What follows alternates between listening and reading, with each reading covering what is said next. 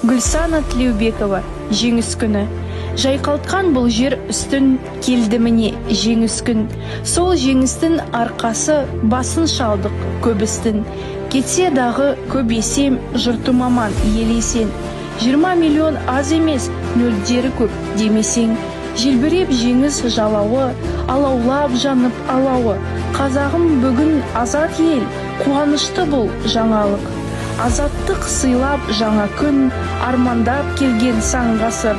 Бұл жеңіс оңай келген жоқ, жан беріскен жан алып. Азаттық үшін шайқаста жауынгерлер жаралы.